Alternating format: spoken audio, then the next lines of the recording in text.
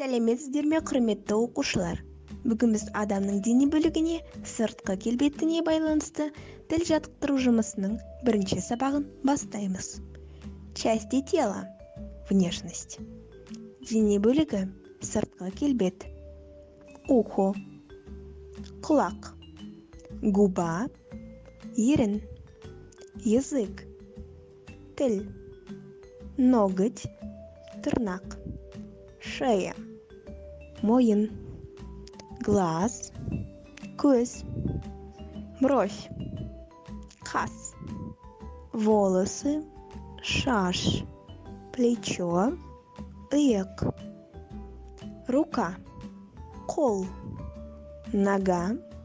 Аяқ. Голова. Бас.